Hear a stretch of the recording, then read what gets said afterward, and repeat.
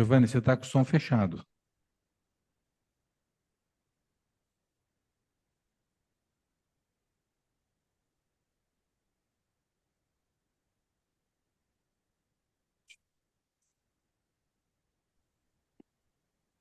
Abriu. Pode aí começar.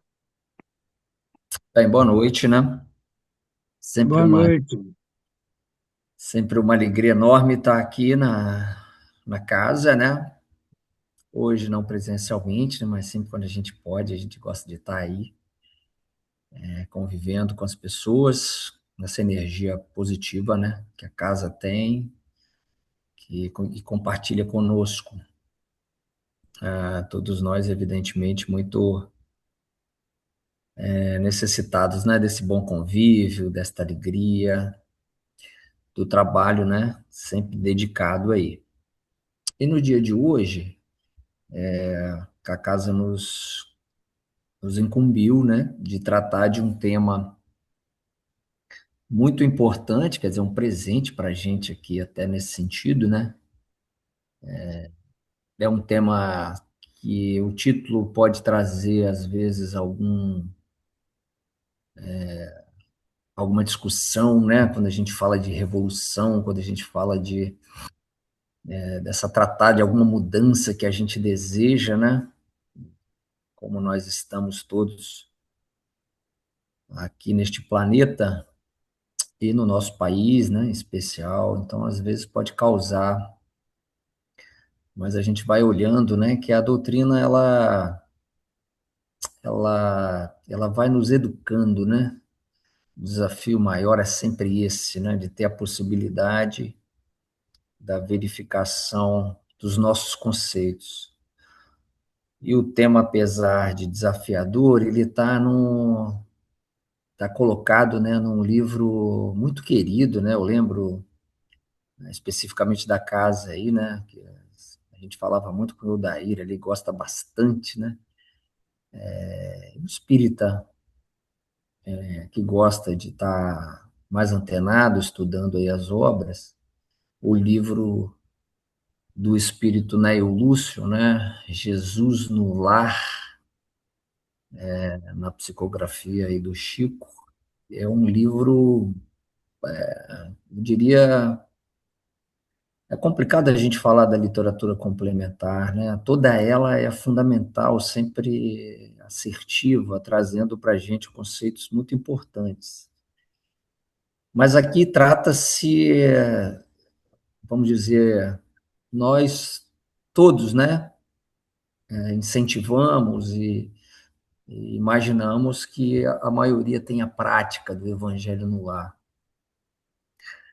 E o livro Jesus no Lar é o Evangelho em Cafarnaum, na casa de Pedro, né? Então, imagine, não há momento, né, mais íntimo de você poder tratar dos temas ali, né, junto do mestre, trazendo evidentemente para a época, né, um conceito novo, diverso, ajudando ao desenvolvimento dos seus discípulos, trazendo ali uma concepção de renovação, né, de interpretação nova para as leis.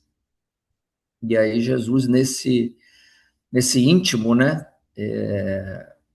ele tem diversas lições ali no livro. E no caso do Revolucionário Sincero, ele é o capítulo 13, né, é a lição número 13 do livro, tratando de uma conversa com um membro, né, do seu discipulado, quer dizer, o Judas, que estava, aquele que já teve oportunidade, né, de entender um pouquinho o pensamento desse discípulo, né, era quem mais enxergava o mestre, ou desejava que o mestre tivesse uma atuação mais material, mais terrena, né, que fosse decisivo no momento de libertação de Israel, do jugo romano, né, eles imaginavam, insatisfeitos, é claro, né, com a presença romana,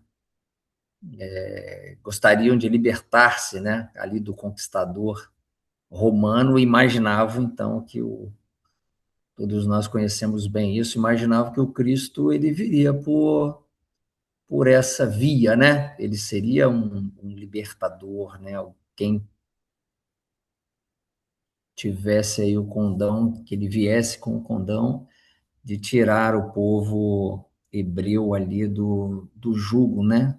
Fisicamente, de dar a vitória sobre os inimigos externos, né? E Judas participava muito desse pensamento, imaginava que era dessa maneira que as coisas iriam acontecer. E aproveita então esse momento íntimo de conversa, de fala com o mestre, para fazer as indagações a ele, né? Para como nós que convivemos no planeta Terra, assistimos a movimentação que ocorre, antenado, né, com o seu tempo, né, a gente também faz as mesmas perguntas, né? A codificação kardeciana depois vem dar para a gente aí as explicações, aprofundar cada pergunta, mas naquele momento era o Judas perguntando a Jesus nesse ambiente, né? Ele estava ali inconformado e aproveitou esse momento para poder fazer o esclarecimento, né? E acreditamos sinceramente que era de coração, né? Era alguém que, diante da sensação de uma injustiça, de um desejo, assim como nós temos vários, né? Diante do sentimento de que era necessário libertar o povo, nesse ambiente acolhedor, lá na casa de São Pedro, nesse momento de elucidação, Judas vai perguntar ao mestre, né? E é óbvio que ele está nessa condição, ele está exaltado, ele está entusiasmado, né? Ele percebe, meu Deus, nós teremos uma mudança. Quem tem o contato com a sabedoria, com os ensinamentos, no caso deles, né, com todas as profecias a respeito do mestre, quer dizer,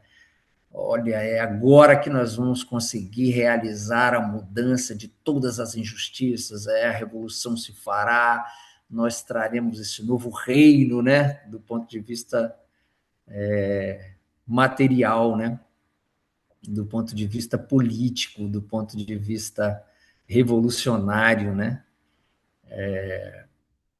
e é muito importante, então, que a gente compreenda isso também, não só como o Judas nesse sentido, né, de que a mudança deveria acontecer e a decisiva participação de Jesus para eles nessa mudança era fundamental. Neste caso aqui, mudança externa.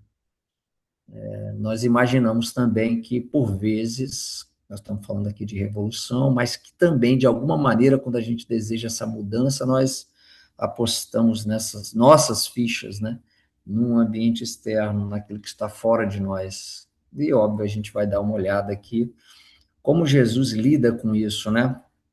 Veja que Jesus tem conosco, né? E aqui com Judas, a paciência de nos ouvir, de compreender a nossa dificuldade, a nossa infantilidade, mas ele, como mestre, vai dando os esclarecimentos que nós precisamos para o tema, né?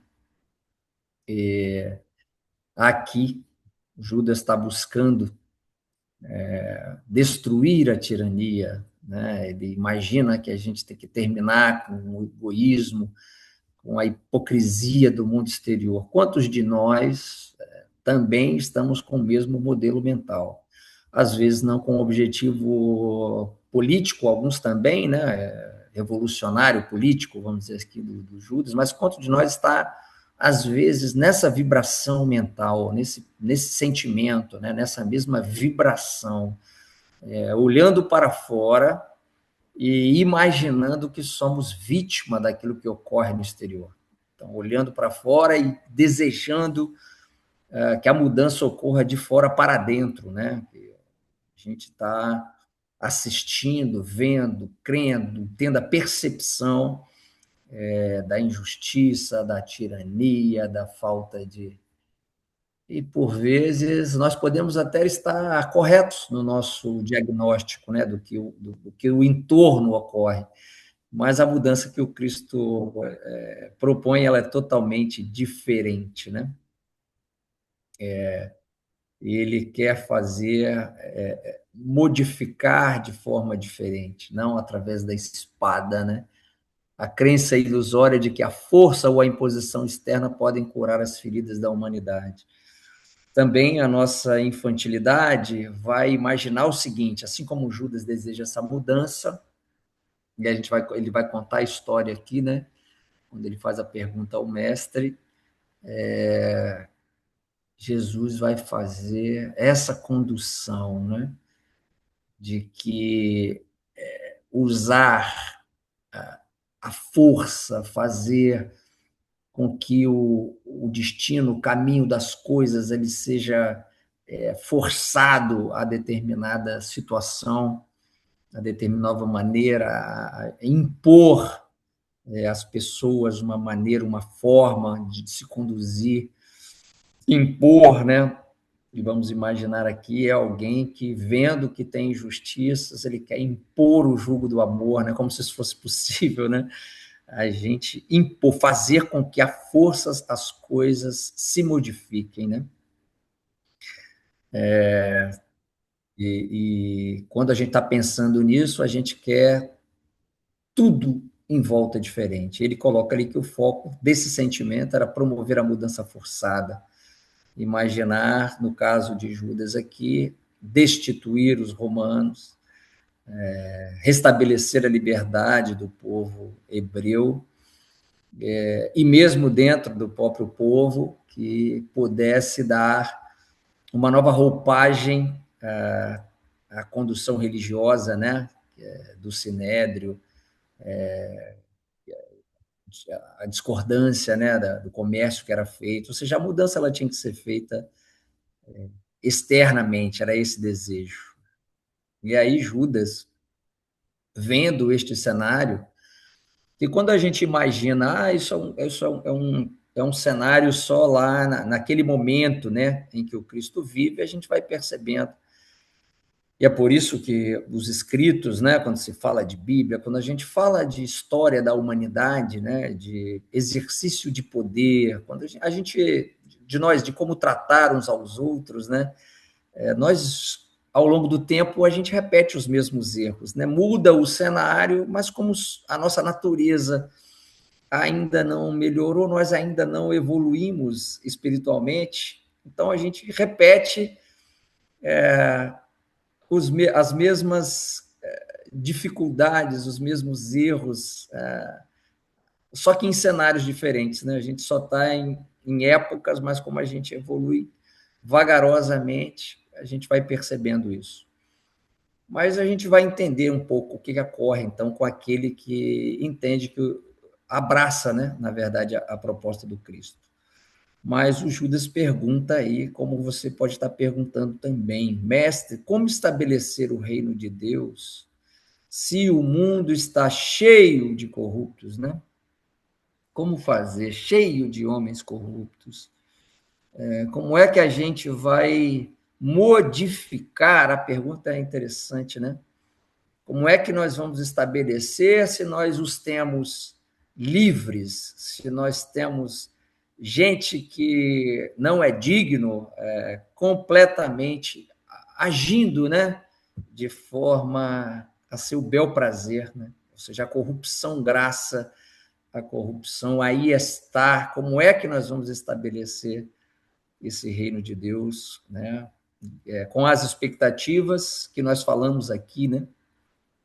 Com as expectativas de que a mudança possa ocorrer, que nós possamos varrer da face da terra, punir esses homens corruptos de forma severa, para que uma nova era apareça, para que o reino de Deus apareça, imaginando que esse reino ele é material.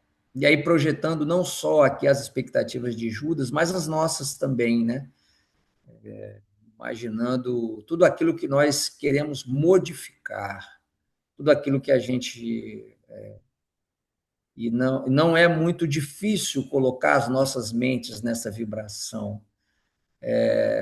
Todos nós, assim, no dia a dia, né? Nós estamos ali convivendo com nossas sombras e nós queremos as nossas pequenas revoluções, né? Nós queremos que as coisas mudem de uma hora para outra, né? Você poderia projetar isso, pensar isso no campo profissional, no campo de relacionamentos, né? Quer dizer, nós uns com os outros aí convivendo, às vezes dentro do mesmo teto, nas famílias, ao invés de fazer a nossa modificação, a gente quer que o outro faça exatamente o que imaginamos. A gente quer também essa revolução, a gente quer essa mudança, né? E por vezes fazendo o julgamento do outro, né? Sem qualquer pensamento ou sem qualquer direcionamento no sentido de ser empático, de colocar-se no lugar do outro. E a historinha que Jesus conta, então, para Judas, para ele compreender, né, como é isso, né? Por que nós estamos projetando no exterior, né? Por que a gente precisa ter um pouquinho mais de sabedoria, de calma, de avaliação, de enxergar aquilo que nós vivemos hoje sobre um ponto de vista mais amplo, né? Então vamos à historinha. E Jesus, então, com extrema calma para responder a Judas, relata o caso, ele diz o seguinte, fala as contas de um reino, né? Que havia um antigo reino em que o seu dirigente, o rei, o seu considerava que ele era cruel e que ele precisava sair daquela condição de liderança, porque as pessoas estavam absolutamente insatisfeitas com o que acontecia ali. Muito bem. E aí eles vão a um profeta, né, da época e contam essas histórias todas, né? E inflado pelas denúncias, o rei é mau senhor, usurpa e flagela. Aí o profeta do reino imagina o seguinte: eles estão pedindo mudança, né? Eles vêm ao profeta para receber a bênção de que eles poderiam, à força, rebelar-se e aí modificar aquela situação. Então, o profeta aceita que essa situação ocorra e imagina o seguinte: eles têm razão. Ouvindo relatos aqui, nós vamos tratar de, de apoiar esse movimento de mudança, né, de rebeldia. É óbvio que, em se tratando de um profeta honesto, né, de alguém que queria o melhor, então a intenção era realmente das melhores, ele imaginou que estava acolhendo ali e apoiando algo que seria justo. Então resolve se recolher para fazer essa confirmação, né? A necessidade que a gente tem de sempre se reconectar, né, com Deus para a gente não ser precipitado. E aí, na véspera do ataque, possuindo firme confiança, o profeta ele vai sobe ao monte, ele se recolhe, né? Fecha a porta do teu quarto, assim como Jesus nos ensinou a orar, para rogar a bênção de Deus. E aí ele vai consultar, né? E, olha, eu ouvi, o povo está nessa situação. Judas ouvia atentamente a isso, né? O povo está nessa situação, nós precisamos fazer essa mudança, mas eu submeto-me aqui à lei divina, né? Olha que interessante. E aí, para que isso acontecesse, há uma condição, né? Há uma condição. Ele faz essa consulta. Bom, vamos ver, já que você ouviu, né, o povo e veio a ti buscar esta solução, você vai precisar, para que esse projeto ocorra, nós estamos totalmente de acordo, essa revolta vai ter curso, mas antes que ela aconteça, você vai ter uma tarefa a cumprir. Então, vamos fazer uma provinha lá, né? Vamos ver, vamos enxergar de perto, vamos olhar com cuidado, vamos conviver. Às vezes a gente olha o outro e joga milhares de pedras neles, né? E essa vontade de mudar acontece em diversos ambientes em que nós, seres humanos, convivemos, né? É no movimento espírita, é na casa espírita, é no trabalho, é na família, são com os amigos, né? Esse ambiente, nós somos seres humanos, nós ainda estamos muito mais ligados às questões de sombra do que de luz. Então é natural que surjam essas nossas insatisfações e que a gente queira essa mudança, nem que seja na marra, né? E aí o anjo diz ao profeta: você vai ficar lá com esse rei considerado injusto, né? Cruel por essa população, você vai ficar 100 dias com ele, vai lá no palácio, depois desse período você volta, depois dessa convivência com ele, nós vamos avaliar novamente, né?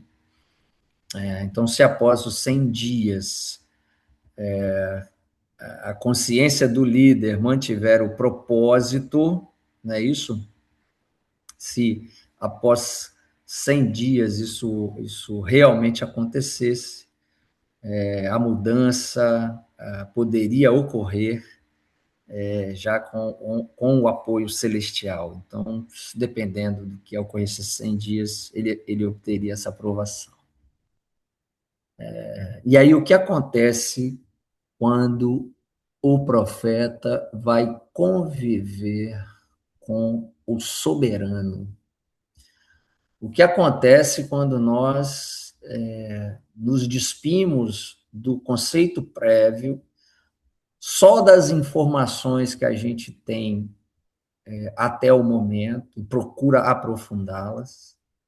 Para nós espíritas, a bênção é ainda mais desafiadora quando a gente admite que, mesmo que nós não encontremos causas para o sofrimento que temos, para a dificuldade que queremos nos livrar nesta vida, que calmamente, se procurarmos essas causas, elas poderão estar localizadas em nossas existências anteriores, por sermos esse espírito eterno, né? Quando nós começamos a ampliar essa aproximação para com o outro e para com as experiências que nos fazem evoluir, é óbvio que a gente vai ter uma possibilidade de julgamento melhor. Então, foi a oportunidade que foi dada ao profeta aqui e que para nós nos é dada constantemente. A doutrina nos acorda para isso. E o que ele enxerga quando ele chega lá, né? Que mudança tem? Vamos ver esse rei cruel ao trabalhar no seu dia a dia. Então, ele era alguém totalmente dedicado, estava sempre empenhado em resolver as questões, não se preocupava consigo mesmo, estava sempre procurando dar soluções aos diversos assuntos que eram muitos, na condição de carregar a posição de líder maior. Ele ficava sozinho, porque era exigido dele esse tempo que dava. Sobrava pouco tempo para o convívio com os familiares, com os filhos, com a esposa. Ele estava dando esse tempo, né? Com as pessoas às quais ele convivia em torno de si, embora tivesse a intenção de resolver bem as questões, ele estava rodeado de falsidade, de gente que só bajulava, de gente que estava ali só para oferir vantagem. Isso não acontece no nosso planeta, não, né? Só acontecia lá no reino, lá, que Jesus está explicando, né? Ele estava rodeado de gente dessa estirpe, né? Ele tinha pessoas que, para se auxiliarem, eles vinham o tempo inteiro, ao invés de trazer melhores sugestões, trazerem soluções, eles ainda pesavam com mais reclamações, ainda pesavam também com muitas exigências, e aí esse soberano vai carregando este peso, né? Não podendo cuidar voluntariamente da sua dieta, porque o tempo inteiro eles estavam reunidos, o tempo inteiro era necessário estar ali em banquete, o tempo inteiro era necessário estar ali trabalhando, então a dieta era desregrada, alimentava-se sem a devida disciplina, né? Muito trabalho, pouco sono, comida desregrada, é óbvio que isso vai dar, no final das contas, um desequilíbrio da saúde, né? E aí ele ficava sem paz. Ele não tinha sequer o momento de conseguir, né? Não estava adequadamente adestrado para conseguir recolher-se espiritualmente, no silêncio, de uma prece, de uma oração, de desconforto, né? E aí o, o nosso profeta, colocado no palácio na condição de humilde faxineiro para poder assistir, né? Verificar o que está acontecendo o tempo inteiro com o soberano, ele olha e fala: meu Deus, como é que o povo pretende rebelar-se contra alguém que efetivamente está tentando e, além de tentar, é um dos integrantes desse reino, um dos homens deste reino, que está mais atormentado. É alguém deste reino que carrega mais dificuldades, mais peso. Ora, então, Judas, ouvindo aquilo, imagino, deve ter, não parece com o que nós gostaríamos de ouvir, né? Parece que nós queremos ouvir sobre a tirania, sobre o julgamento cabal daqueles que exercem qualquer função de autoridade. A gente quer que aqueles que nós imaginamos que são nossos algozes, aqueles que nos causam problema, aqueles que nos. Que esse a gente tinha que estar num processo mental de condenação, né? E o caminho está indo para o outro lado, né? Está para o outro lado. Quando há essa aproximação e essa. Jesus vai dizendo para ele, né? Então, acabou este prazo lá do faxineiro, da possibilidade que teve o profeta de estar no reino observando o que estava acontecendo. E no retorno ao monte, após os 100 dias, volta ele ao mensageiro divino, tem uma transformação íntima naquele que foi instado pelas pessoas a ser o líder da revolução, certo? O que acontece? Quando ele percebe o que estava acontecendo relativo àquele irmão de humanidade, né? Ele implora misericórdia pelo monarca torturado. E aí Jesus apresenta essa nova mensagem, né? Que a revolução armada seria um desastre. O governante precisa de entendimento. Veja aqui. E aí ele fala aqui de governante, nós falamos de nós também, né? Quanto de tirania que a gente precisa superar, né? O que será que está nos incomodando tanto que a gente quer arrancar a força, né?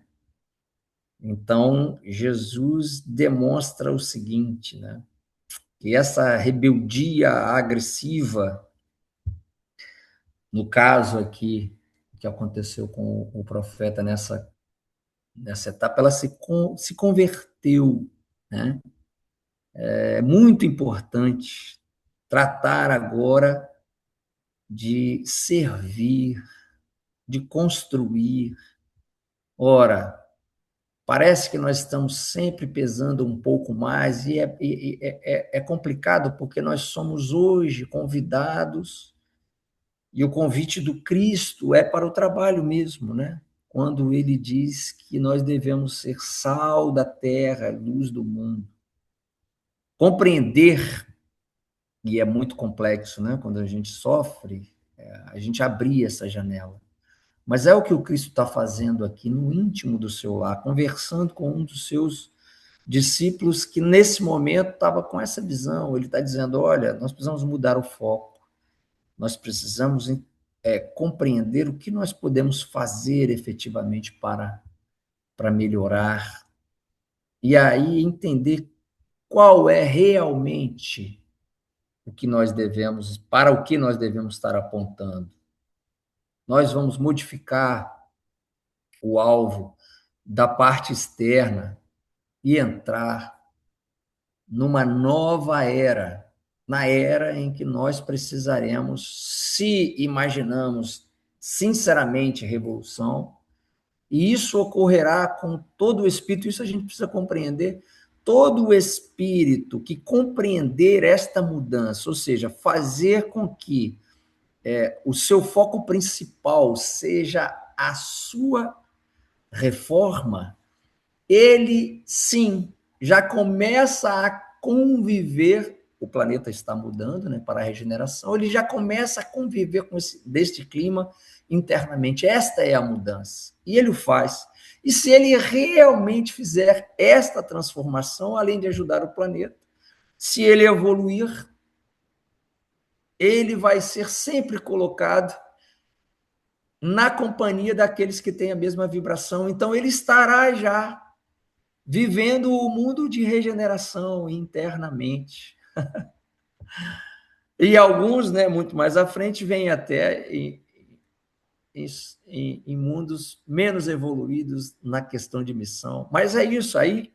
Jesus vem falar disso, vem falar, é essa modificação, é conseguir colocar a mente num padrão de serviço, é o amor em movimento, aí é caridade, isso dá empatia, isso faz você sair do lugar. Não para apenas trocar, porque quando a gente forçosamente realiza uma mudança externa, a gente não mudou efetivamente o nosso padrão. Então, provavelmente, a gente está trocando de aflições, a gente destitui aquele que, digamos aqui, politicamente agride, mas a gente não tem a mudança profunda de nós mesmos. Então, aquele que assume acaba, por vezes, de não corresponder às expectativas, talvez sendo ainda tendo mais dificuldade, porque nós precisamos construir as coisas juntos, né? E o alvo da verdadeira revolução, a árvore e os frutos. Se o homem, a raiz, está doente de egoísmo e orgulho, as instituições que eles construírem, elas refletirão a mesma doença.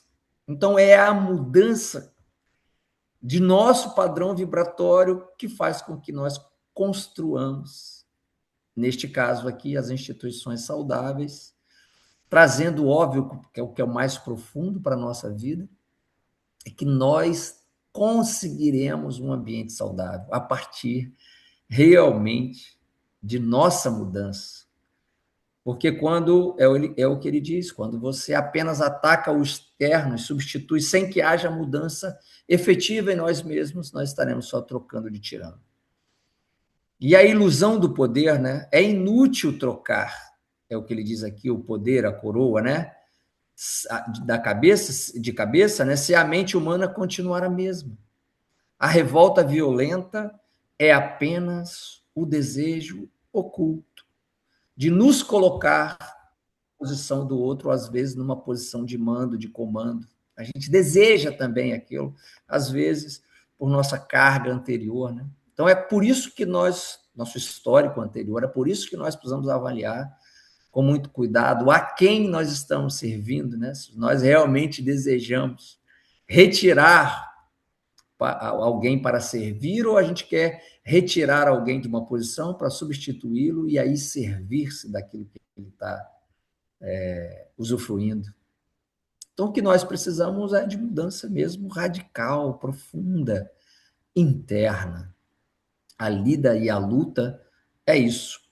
E aí o Cristo dá a solução, né? O foco do cristão não é destruir o externo, mas mudar a si mesmo e assumir seu dever na engrenagem da vida. E o quão é complexo não poder culpar ninguém, que embora mesmo sob a disposição de muitos, de até dar a vida por uma causa, acreditamos piamente, né, na coragem, no destemor, na vontade, né, isso, no desejo, mas será que ele está maduro o suficiente? Se ele está espiritualmente equilibrado para assumir as posições que por vezes ele quer tomar à força? Esse é o cuidado.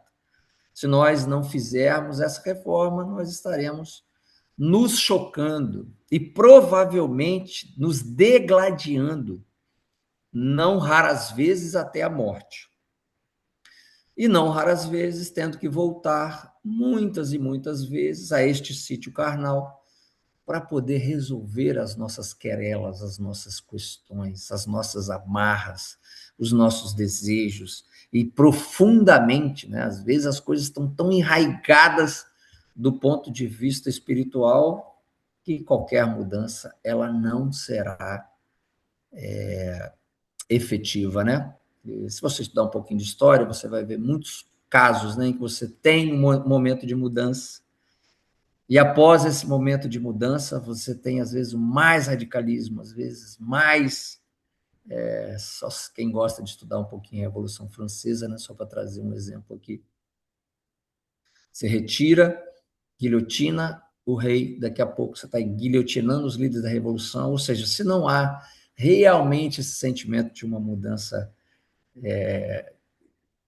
de plano, né, de uma mudança individual, de que você realmente está construindo coisas boas, aquilo que você vai construir vai ter sempre alguém de olho, vai ter sempre o clima de desconfiança, vai ter sempre o clima, às vezes, de violência, que nem sempre leva à melhora. Eu fiz um quadrinho aqui para a gente entender o que Judas desejava, e no nosso caso, imaginamos que a gente está mais para ele, né? A gente às vezes costuma apertar bem o Judas, né? Mas por vezes a gente está mais para o lado dele, né? Querendo que o Cristo esteja do nosso lado para fazer a mudança que nós queremos, né? E não a mudança que nós precisamos, né? E para o Judas, aí ele tinha como alvo principal, ele queria tirar lá os romanos de lá, ele queria modificar, ele queria acabar com o Sinédrio, ou seja, havia uma indisciplina daquele espírito, claro, compreendendo que tudo estava fora. Mas Jesus dá para ele uma nova concepção. Você tem que cuidar da sua própria sombra, filho, do seu egoísmo e do seu eu, né? E quem conhece a história de Judas, ele evoluiu no plano espiritual, mas daria outra instrução. Naquele momento, o que o Judas queria utilizar como instrumento? A imposição, a força, né? E Jesus quer trazer outro serviço constante, lavar os pés dos discípulos, a compreensão e o trabalho, né? Ele tinha uma profissão,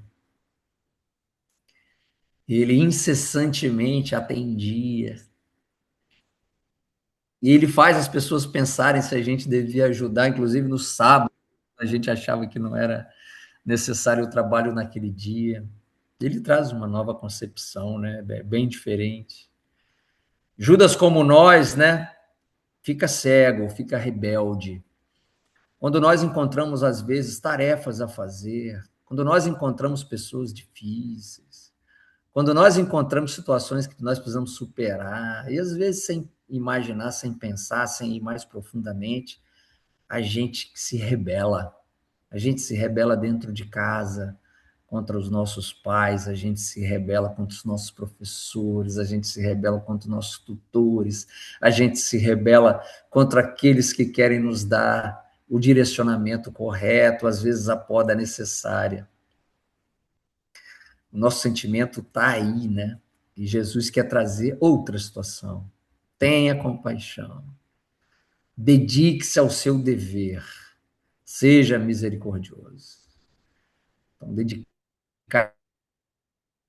ao dever, ter compaixão, fazer com que nós tenhamos realmente o foco em fazer intimamente as mudanças que precisam, né? Como resultado final, Judas queria trocar o opressor. Mas isso, se houvesse essa troca, a dor é mantida. Se você não se curar efetivamente, se você não se dedicar ao trabalho, à mudança, essa indisciplina, esta dor, este sofrimento, vamos dizer, a dor inevitável, o sofrimento por vezes pode ser evitado, mas se você não se modificar, você modifica o padrão externo, a força e continua doendo. Você, a força, conquista coisas e continua inseguro. Você, a força, às vezes, chega a determinadas posições, mas ainda sente inveja de quem está mais à frente. Você consegue caminhar materialmente, mas não consegue se saciar, porque há um vazio na alma que só o amor transforma. Não curado, não adianta o ambiente exterior. O sofrimento estará ali, né? Não adianta o ambiente exterior. E você não vai conseguir essa completude, essa melhora. A proposta do Cristo é te curar, curar o espírito, reequilibrar o indivíduo. É trocar o velho pelo novo, né? É transformar-se o todo. E a transformação individual certamente faz com que o exterior possa ir se amoldando, seja qual for a dificuldade que você terá que enfrentar sobre isso. Então, nós precisamos, já que imaginamos que é a proposta do Cristo, certo? Que ele diz ao seu discípulo revolucionário: é necessário, tens razão, revolucionar. É necessário revolucionar-se, dobrar-se sobre si, compreender-se, estudar-se, autoconhecer-se, provar-se, colocar mãos à obra, iniciar o caminho e para a mudança acontecer. E aí ele fala: silenciar o combate externo, parar de desperdiçar energia apontando o cisco no olho do irmão ou focando exclusivamente na culpa sistêmica. Não ficar preso, né, no sentimento de que você... Judas, quando viu que errou, né, que não era essa a proposta do Cristo, acabou, né, por suicidar-se, conhecemos a história. Mas você não deve estar focado naquilo que você errou, nas dificuldades que teve. E também não deve observar apenas as dificuldades do outro. Silenciar o combate externo para focar efetivamente na sua mudança não é simples. Porque aí você vai conseguir acender a sua luz própria. Hoje, mais ligados à sombra, é verdade. Mas alguns estão caminhando para este momento de autoeliminação. Esse é o trabalho. Enfrentar com coragem o egoísmo, o orgulho e as falhas que habitam dentro de nós mesmos. Ter, sim, neste caso, a coragem de avaliar-se nesse sentido e olhar para as suas dificuldades. Enfrentando-as, nós teremos auxílio, essas ferramentas aparecem, está aí a doutrina, está aí o conhecimento, está aí o trabalho, está aí a dedicação que você precisa. para, aos pouquinhos, ir se livrando disso, para conseguir ao final, e aí Às vezes a gente ainda faz imaginando alguma espécie de recompensa, né? Mas no futuro a gente vai compreender que a remuneração é muito além do que a gente pensa, né? Porque a gente às vezes só pensa materialmente ou algo de alguma vantagem. Transformar a indignação estéril para servir sem condições, né? Transformar a indignação estéril em trabalho ativo no bem. Quem ocupa seu tempo servindo não tem tempo para indisciplina. Aí nós estaremos preocupados em auxiliar, em ajudar, em ser empático, em compreender, em somar-se, a trazer a solução, a dar a sugestão adequada, a suar a camisa para que o resultado venha, muito mais do que julgando os outros que conduzem o processo. Nesse sentido, caminhando para o final, né, o Cristo diz para a gente, né, para a gente ser esta revolução, não de indisciplinar-se contra tudo e contra todos, trazendo, às vezes, né, o dedo em riste da avaliação, é claro, sendo capaz de entender o cenário, mas compreender que não é essa indisciplina, às vezes assodada, sem a devida reflexão, que vai fazer com que nós consigamos modificar o padrão de onde vivemos, da nossa família, do nosso bairro, da nossa cidade, do nosso estado, do nosso país, do nosso planeta. Nós temos essa ferramenta, né? A doutrina vai nos dando esses panoramas, porque não são simples da gente enxergar, a gente está muito arraigado ainda. E por vezes aquilo que nós dizemos que é amor é, na verdade, um amor doente, um amor a si mesmo. É apenas egoísmo, né? É alguém que quer tudo de bom para si. É alguém que não consegue servir de verdade, alguém que quer servir-se do que tem em torno de si, sendo que nada disso levará, do ponto de vista material, ele conseguirá angariar e melhorar espiritualmente, crescerá degraus se realmente puder adentrar ao projeto do Cristo, né? É isso que Cristo está tentando dizer a Judas, né? A minha revolução é diferente. Então, o Espiritismo, e diríamos, né, é em sua essência a mais poderosa ferramenta de autoconhecimento e reforma íntima. Não é a única, digamos. Ele precisa de uma única revolução silenciosa, capaz de curar a humanidade. Mas nós sabemos, né, como nós estamos falando aqui, de reviver os conceitos do Cristo. Por vezes, é óbvio que aquele que consegue segui-lo, mesmo que esteja no Espiritismo, ele vai alcançar essa mudança também, né? Então, ele vai também silenciosamente modificar-se, curar-se. É nesse sentido, né, de ser a revolução. O Espiritismo trazendo o Cristo redivivo, aí sim, nós seremos capazes de nos revolucionar, né?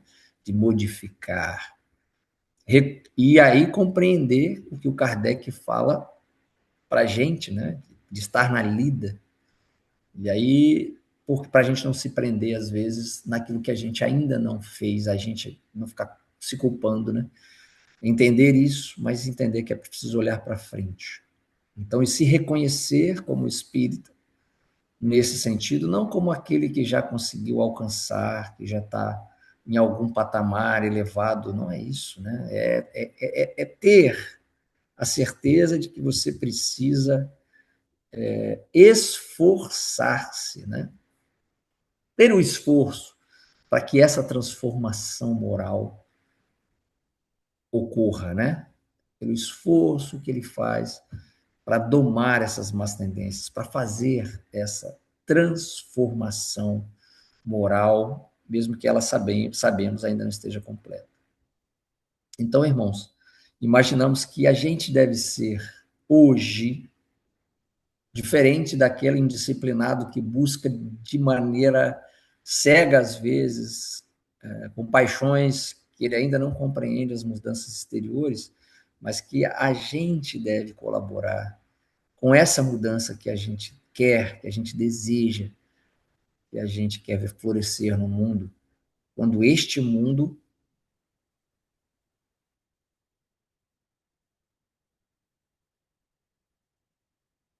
se há um mundo mais evoluído. Isso vai até aqui vem habitar, possamos evoluir, possamos estar num patamar melhor. Eu acho que a lição do revolucionário sincero, né, é o que o Cristo quis dizer, né, e o Lúcio traz essa lição de número 13, é o que ele quer dizer, para que a gente se foque na nossa mudança interior. E certamente esse esforço diário vai nos levar a um patamar melhor. É o que temos para hoje, irmãos.